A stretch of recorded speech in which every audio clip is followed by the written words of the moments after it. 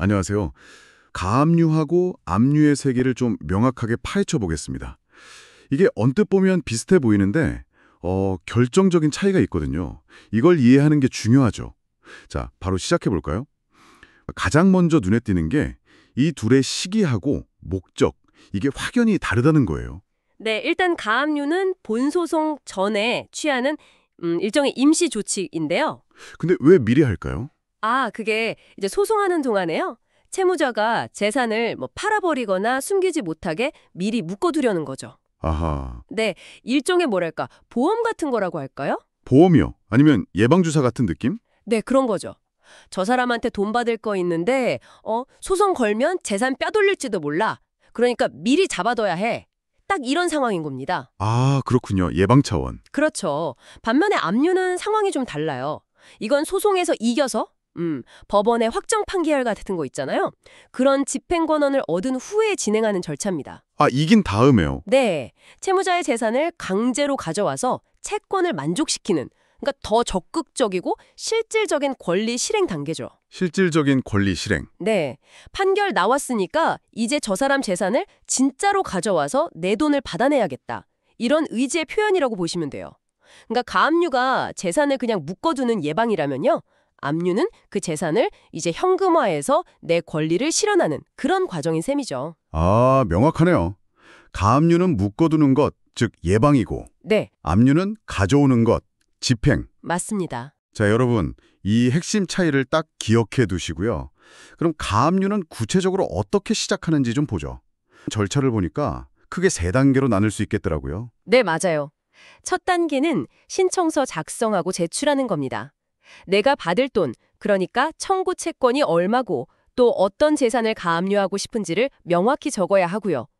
그걸 그 재산이 있는 곳을 관할하는 법원에 내는 거죠. 그리고 두 번째 단계가 좀 흥미로운데요. 바로 담보 제공이요.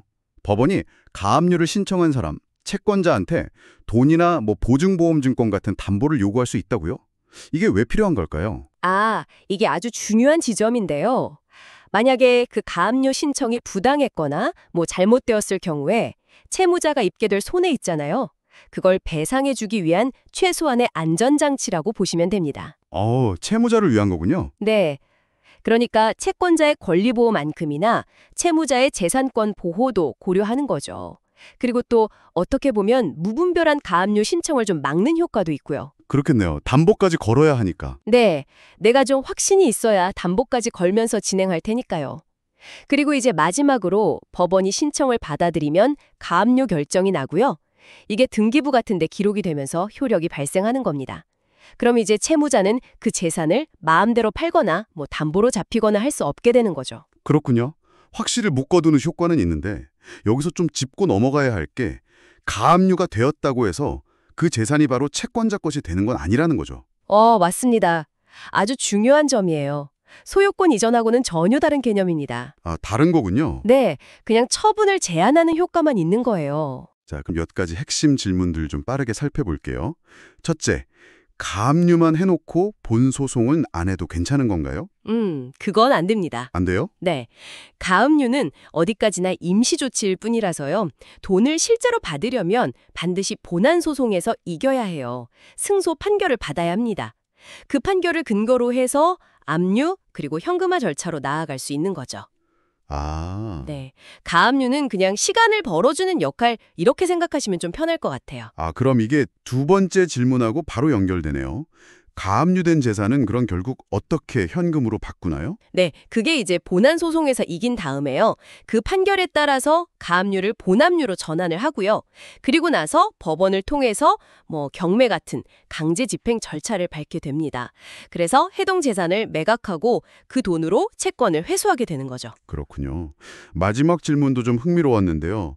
만약에 여러 채권자가 같은 재산에다가 막 가압류를 걸었어요. 이러면 순서가 중요한가요? 먼저 신청한 사람이 유리한 거예요? 아니요, 그렇지 않습니다. 정말요? 네, 가압류에는 우선순위라는 게 없어요. 나중에 이제 본압류로 넘어가서 배당을 할 때가 되면요. 각 채권자의 채권액 비율에 따라서 공평하게 나눠 갖게 됩니다. 이걸 안분배당이라고 하는데요. 아, 안분배당. 네, 여기서 알 수 있는 게 뭐냐면 가압류의 목적이 순위 확보가 아니라는 거죠. 그냥 채무자의 재산을 공동으로 묶어두는데 목적이 있다는 점입니다. 누가 먼저 했는지는 중요하지 않아요. 자, 오늘 저희가 살펴본 내용의 핵심은 아주 명확해졌네요.